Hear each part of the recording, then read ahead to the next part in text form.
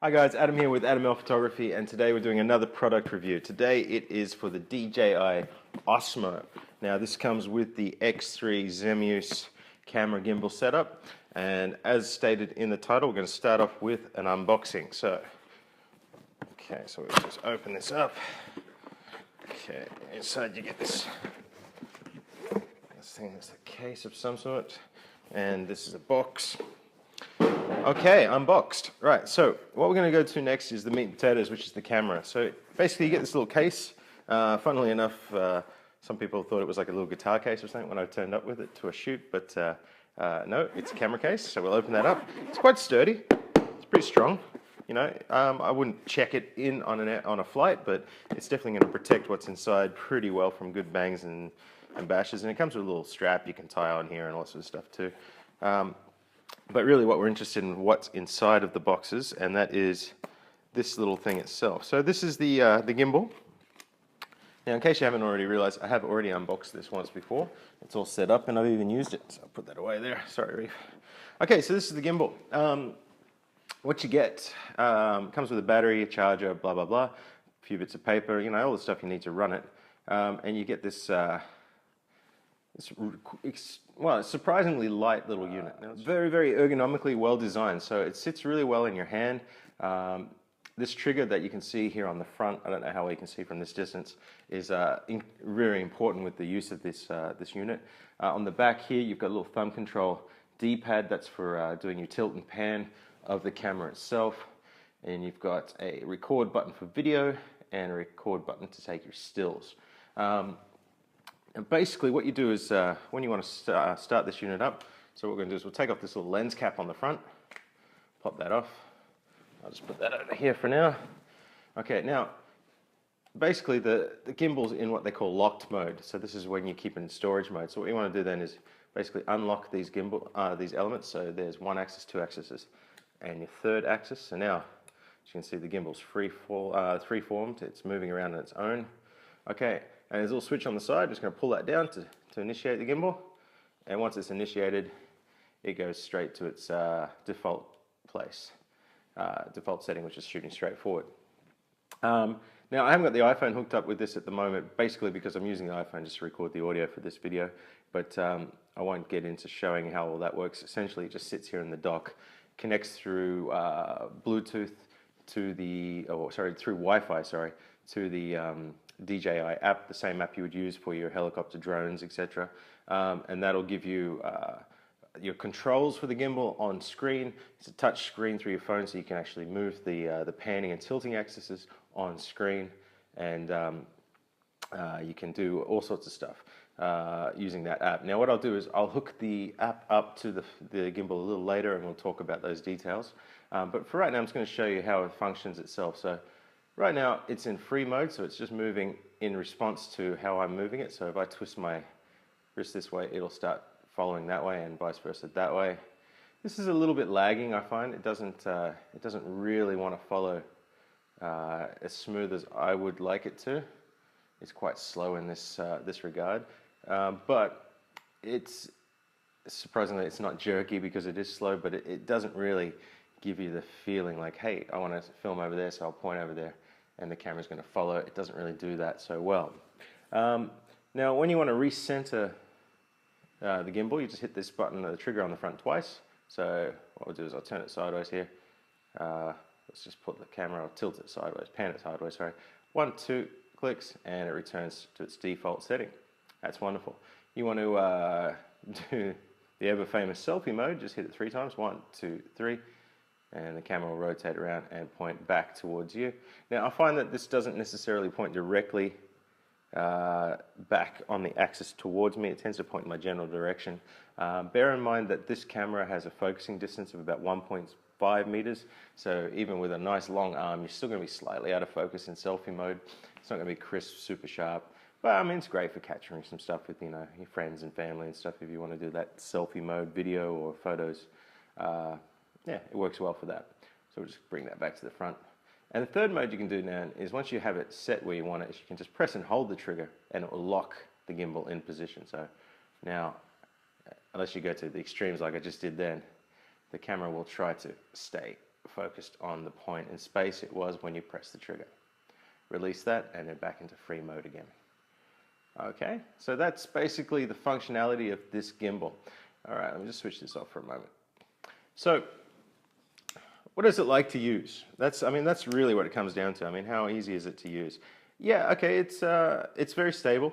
It's straight out of the box, which is nice. A lot of gimbals you have to go ahead and balance your cameras on it, and because this camera is already built in, like it is on the drones, etc., you don't have to worry about balancing. It's all set up. All the what they call the PID settings are already built in for this camera and everything. So it's just pretty much put the battery in and go, which is fantastic on a consumer level. The actual control, I mean, it's not, as far as getting smooth stuff, it's very smooth. It's not going to take out your footsteps because the gimbal's not actuated that way so well. So you still have to maintain some sort of a dampening system, whether you use your arm like I like to use, or your knees to sort of take that, that jolt from your steps out. You don't want to run with it. It's not going to work perfectly for that. But as far as, general motion, moving around, taking videos, you're definitely not going to get that kind of shaky feel that you get with some DSLRs or something if you're just hand holding. So in that sense, it does great. Now the video quality, the bit rate on it is not super high. It is shooting 4K UHD. It'll do your 1080 and all your HD functions at different frame rates. However, when you go into your super slow mode, bear in mind it does crop in on the sensor, so it's not shooting with the full sensor in its high frame modes. It's cropping in. So when you do that, you do seem to lose a little bit of video resolution, but it is cropping in on that sensor. And because it's such a small sensor, it really, in my opinion, it looks like it loses quite a bit of detail in the slow motion mode. The field of view you get with this is it's meant to be basically equivalent of a 20mm lens. So it's semi-wide, it's not super wide. It doesn't give it the distortion that you get with, say, a GoPro. It's sort of similar to shooting a GoPro on medium or possibly even around the narrow setting. So it's a lot closer, but it's still wide enough to get some nice sort of panoramic shots and all that kind of stuff.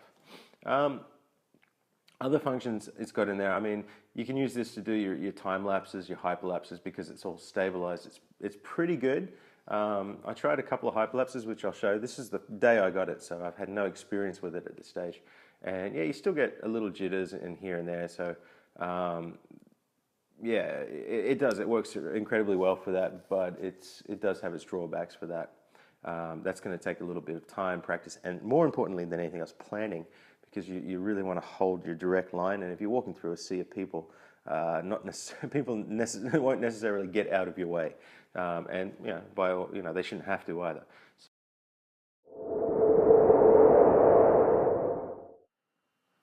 Okay, very quickly. So this is just a take on how to use the app that comes from DJI, free from the App Store. So once you're connected, you've got your gimbal switched on. You're connected to it via Wi-Fi. You come up to your app. You'll get this little button here. It should turn blue. You hit that, and it'll allow you to go into the app. And you should start getting, there you go. So now we get the image coming through now. There we go, little lag on there. See if we can get Reef to look at the camera for us. Reef. There we go, Reef. She's sick and tired of being filmed, so I won't bother. She just wants to have a nap. So yeah, you get all your functions. So basically all the functions that are advertised that you can change between this. So your video resolutions, your photo resolutions, your time lapse, white balances, all that kind of stuff is all accessible through the various menus on this app. I'm not going to go in detail about how they all work right now, but they're all in there. All your functions you have here are also in the app. So basically right now we're in video mode. If I hit this button here for the shutter, it switches to camera mode and vice versa, back to video mode. Or I can use this little D-pad here to pan the camera up and down, etc. Now, with the app itself, you can do all that within the app, so you could change your camera modes here by switching back and forth here.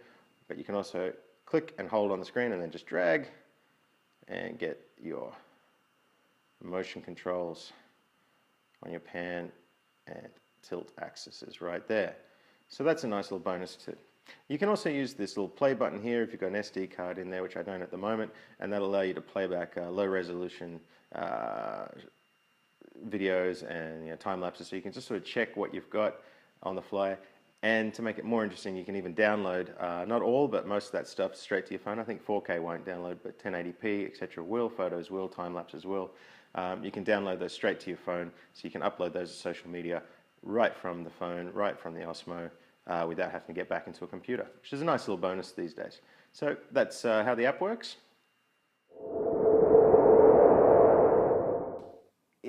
It's designed basically to be a selfie stick with a gimbal built into it that shoots 4K video, and that's exactly what it is. So for what it's designed to do, what it's advertised to do, it does all that well. Yeah, no buyer's remorse when I picked this one up. Well, thank you very much for watching my review of the DJI's Osmo. Please feel free to hit the subscribe button that's floating around somewhere above my head.